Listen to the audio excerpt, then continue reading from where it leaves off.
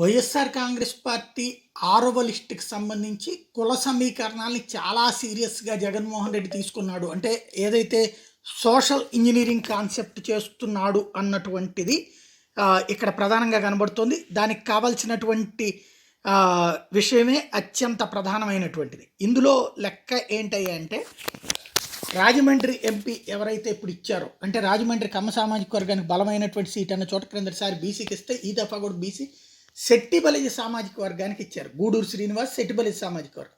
అట్లాగే నరసాపురం కూడా శెట్టిబలిజ సామాజిక వర్గానికే ఇచ్చారు. తద్వారా రెండు కాపులకి, అంటే బలిజ శెట్టిబలిజ వీళ్ళందరూ కూడా కాపు సామాజిక వర్గం కిందకి వస్తారు కదా.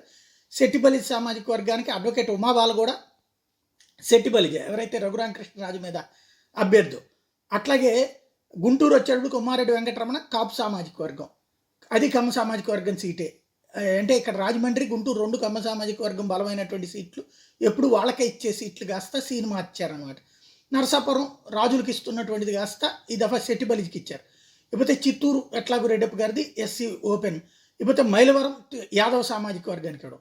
అలాగే ఎమ్మిగనూరు బీసీ సామాజిక వర్గానికి సంబంధించిన పద్మశాలి సామాజిక వర్గం, ఏదైతే పంచుమర్తి అనురాధ్ తర్వాతన వైఎస్ఆర్ కాంగ్రెస్ పార్టీలో ఉన్నటువంటి మహిళగా ఈవిడే ఉంది పద్మశాలి సామాజిక వర్గం, బుట్టా రేణుక.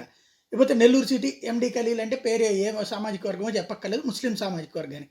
జీడి నెల్లూరు ఎస్సీ సామాజిక వర్గానికి సంబంధించి నారాయణ స్వామి. మార్కాపురం ఎమ్మెల్యే అన్నారాంబాబు వైసీ సామాజిక వర్గం. గిద్దలూరు కుందూరు నాగార్జున రెడ్డి. గిద్దలూరు సాధారణంగా వైశ్యాస్కి ఇస్తూ ఉంటారు, ఈ దఫా అక్కడ రెడ్డికి ఇచ్చి మార్కాపురం వైశ్యాస్ బలంగా ఉంటారు, కానీ ఇంతవరకు ఎమ్మెల్యే క్యాండిడేట్లు కావట్లేదు, ఎప్పుడు మున్సిపల్ చైర్మన్ వరకే పరిమితం అవుతున్నారు.